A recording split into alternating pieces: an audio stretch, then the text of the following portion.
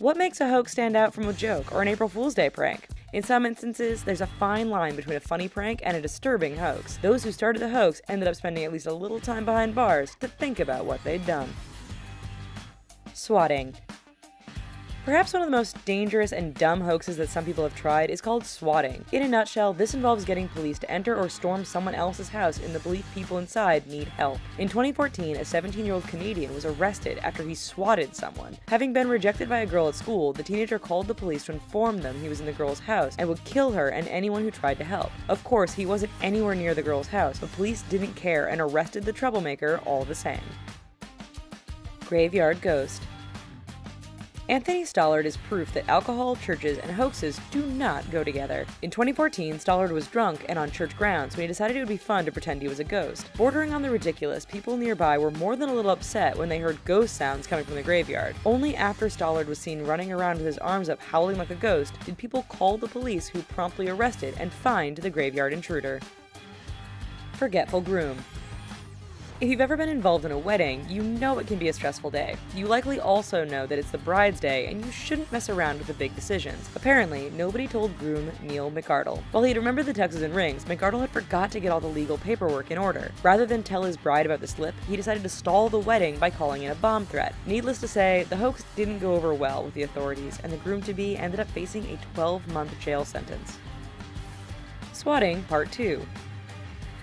In 2007, Chris Scheibe called 911 pretending to be a soldier, told police that he and a few other ex-Marines were in a house with guns preparing to shoot it out, and anyone who challenged them. Scheibe added a level of authenticity to the hoax by giving the names and ranks of the other soldiers with him, as well as their weaponry. When police called the location of the standoff, a couple answered who had no idea what was going on. Realizing the hoax, police turned their attention to tracking down Scheibe and putting him behind bars. Fake suicide. In 2004, New York resident Randy Wood thought it would be a fun idea to scare his ex-wife. Wood called her up and told her to come over right away because he had something to show her. When she arrived, the ex-wife found Wood hanging from a tree by his neck. Believing he had committed suicide, she called police in a panic. In fact, Wood was hanging by a linesman's harness and hadn't actually killed himself. Police weren't amused either, and Wood faced a $1,000 fine and jail for a year. Robbing a friend. While most of us would think that dressing up as robbers and storming into a friend's store to stick him up at gunpoint would be a bad idea, 3 Israeli men didn't really see the harm in it. Donning masks and armed with toy guns, the 3 friends went into their buddy's shop and robbed him. They later returned to give back the money and have a good laugh about the whole thing. Both the friend and the police thought the hoax was dumb, and the 3 jokers were immediately arrested. It looks worse than it was.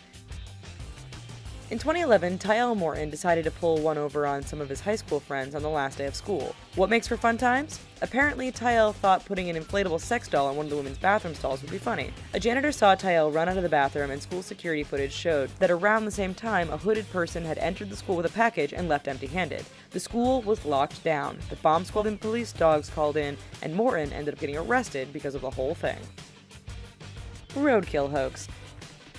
In 2004, Paul Gooby found a dead chihuahua on the road. Rather than just dispose of the carcass as any normal person would do, Gooby thought it would be fun to tie the dog to the bumper of a co-worker's car, a la National Lampoon's Family Vacation. After driving for more than 2 miles with the dead dog attached, the co-worker was finally stopped and alerted. Police thought the whole thing was just dumb and paid Gooby a visit. It turns out he did get the inspiration for the joke from Family Vacation, but unlike Clark Griswold, he couldn't talk his way out of it.